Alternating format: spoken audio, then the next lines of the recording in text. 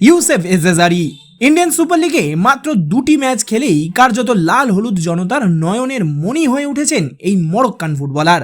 আর হবেন নাই বা কেন? দুটি ম্যাচে ইতিমধ্যেই 4 গোল করে বিপক্ষ দলগুলির ঘুম উড়িয়ে দিয়েছেন ইউসেফ। নর্থ ইস্ট ইউনাইটেড এবং স্পোর্টিং ক্লাব দিল্লির ম্যাচে বক্সের মধ্যে যখনই বল আসছিল তখনই সেখানে পৌঁছে যাচ্ছিলেন ইউসেফ।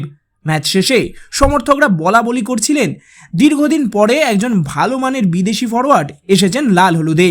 স্বাভাবিকভাবেই প্রশ্ন উঠছিল, ইস্টবেঙ্গলের যে স্কাউট টিম এতদিন ধরে নিম্নমানের বিদেশি আনার কারণে সমালোচিত হচ্ছিল, তারা কি করে ইউসেফকে খুঁজে পেল?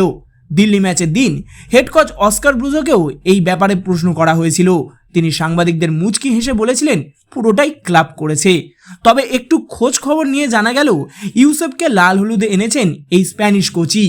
শুধু তাই নয়, এই মরক্কান ফরওয়ার্ডকে 2021-22 মরশুমে বাংলাদেশে বসুন্ধরা কিংসে থাকার সময় আনতে চেয়েছিলেন অস্কার। তবে সেই সময় ইন্দোনেশিয়ার অন্যতম সেরা ক্লাব পেরসিক কেদ্রিতে খেলছিলেন ইউসেফ। সেখানে তার 32 ম্যাচে 18 গোল হয়ে গিয়েছিল।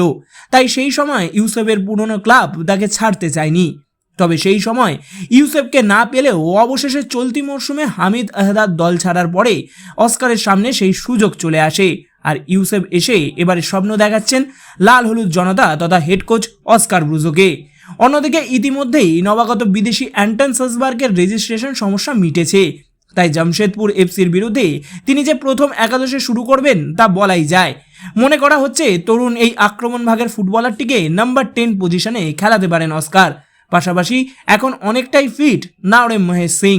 জামশেদপুর ম্যাচের দ্বিতীয়ার্ধে কিছুক্ষণ তাকে ব্যবহার করতে পারেন লাল হলুদ হেড কোচ।